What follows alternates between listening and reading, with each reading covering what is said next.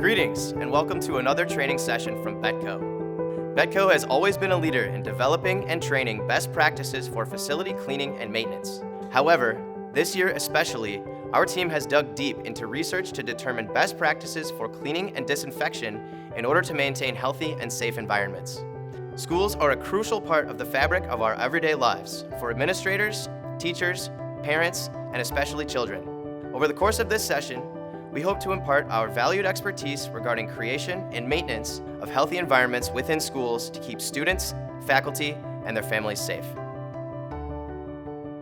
Today's event will cover the following topics: preventative measures, key facility disinfection practices, including classrooms, cafeterias and common areas, restrooms, and transportation vehicles, and finally, best practices for creating awareness. COVID-19 is primarily spread by respiratory droplets released when people talk, cough, or sneeze. It may also spread to hands from a contaminated surface, and then to the nose or mouth. Personal prevention practices such as hand washing and staying home when sick, as well as environmental cleaning and disinfection, are important principles to reduce the spread of potential infection. Let's take a look at a few of these guiding principles. First and foremost, it is highly recommended to stay home when appropriate. According to the CDC, the more students and staff interact with one another in a school environment without taking precautions, especially if there are people who might be sick, the higher the risk for the spread of infection, including COVID-19. It is important for schools to educate staff and students on when to stay home and when they can return, encourage staff and students who are sick or who have been in contact with someone who is sick to stay home, and also develop policies that promote staying home without fear of reprisal. Examples include discarding awards related to perfect attendance, removing school assessment based on absenteeism, and offering virtual learning options. Next, it is advisable to have faculty and staff partake in a daily health screening prior to arrival on campus to ensure that they are free of symptoms related to COVID-19 and are able to report to work for the day. For students, it is recommended that parents take their child's temperature daily prior to school. Any student who registers a temperature of 100.4 degrees Fahrenheit or higher should not be allowed on school grounds. To implement screening protocols, districts can cooperate with county health departments in their local area. For students, faculty, and staff who will attend school, preventative measures such as spacing desks 6 feet or more apart, requiring face coverings, and staggering schedules can be helpful in promoting social distancing and preventing the spread of infection. However, the single greatest personal preventative measure that can be taken is learning and practicing proper hand hygiene. 80% of infections are spread by the hands, and with proper hand hygiene protocol in place, schools can greatly decrease the odds of an outbreak within their facilities. Spend time educating your staff and students on proper hand hygiene practices, taking care to ensure the following. Hand sanitizer stations are placed throughout the buildings and are refilled frequently. Signage regarding proper hand washing techniques are placed throughout the building. Proper hand washing techniques are explicitly taught and practiced. A hand washing station is in each classroom, and the sink is functional as well as stocked with hand soap. Students and staff are required to wash their hands at least every 2 to 3 hours, as well as before or after recess and lunch. These are just a few of the preventative measures an educational facility can take. For more information on hand hygiene, please visit our Healthy Schools landing page or a number of other hand hygiene related landing pages on betco.com. It is important that all cleaning chemicals and equipment are safely stored in a well-organized and locked closet. Before using any cleaning chemical, be sure to read the label for manufacturer's instructions and use the recommended personal protective equipment. Materials needed to disinfect a classroom environment include well-labeled chemical, paper towels or microfiber, gloves, and safety glasses. It is important to clean and disinfect desks between each period and to space them at least 6 feet apart if applicable.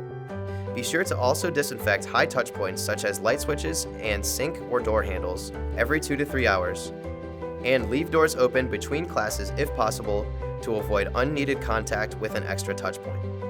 Other high-touch items include electronics such as computer keyboards or calculators. Mop classroom floors as needed during extended periods of no occupancy. A neutral disinfectant cleaner is most ideal for this task. There are many common areas within a school environment, including hallways, playgrounds, gymnasiums, and cafeterias.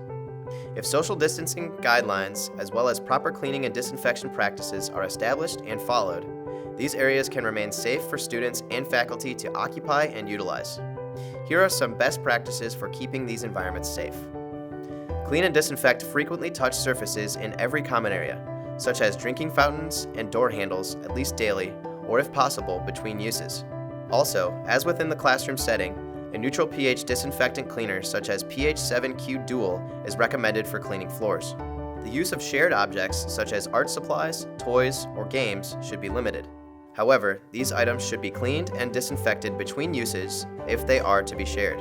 Within a cafeteria environment, it is recommended that mealtimes be staggered to increase compliance with social distancing requirements. As in the classroom setting, concentrate on disinfection of high touch point items to ensure a clean and safe environment. Tabletops and chairs, door handles, light switches, serving trays, and all food contact surfaces should be paid special attention to. Further, any individual who is handling food items should wear gloves and wash their hands immediately after removing them and/or handling any food items. The following are recommended procedures to follow for proper cleaning and disinfection within a restroom setting. First, be sure to place any closed and/or wet floor signage outside the restroom door to alert students and staff that cleaning and disinfection is taking place. To clean toilets and urinals, utilize standard procedures such as lowering the water level and applying the bowl cleaner. Be sure to also pre-spray the toilet or urinal with disinfectant and allow it to dwell. Next, conduct your dusting, trash removal, and liner replacement procedures. Take special care to disinfect any dispensers within the restroom, as they are considered high touch points. Clean your mirrors. Then, clean and disinfect sinks, fixtures, and any other high touch points within the restroom. Once these procedures are complete, return to the toilets and urinals to complete cleaning and disinfection, and flush. Next, mop or auto-scrub the floor with a neutral disinfectant cleaner, such as pH 7Q Dual. Prior to exiting the restroom, be sure to disinfect entry and exit door handles. As a final step, remove all signage and replace all supplies in a well-organized storage closet. If school transport vehicles are to be used, be sure that drivers practice all safety actions and protocols as other staff members. Develop a schedule for increased routine cleaning and disinfection of transport vehicles and store any cleaning or disinfection products safely away from children. Ensure that both students and driver are wearing masks while the bus is in operation.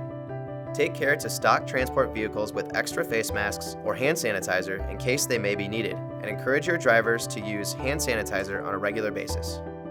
Now that we've walked through a few key school facility areas to clean, disinfect, and maintain, we would like to spend some time in part 3 of our session discussing how to create awareness and promote safe and healthy environments.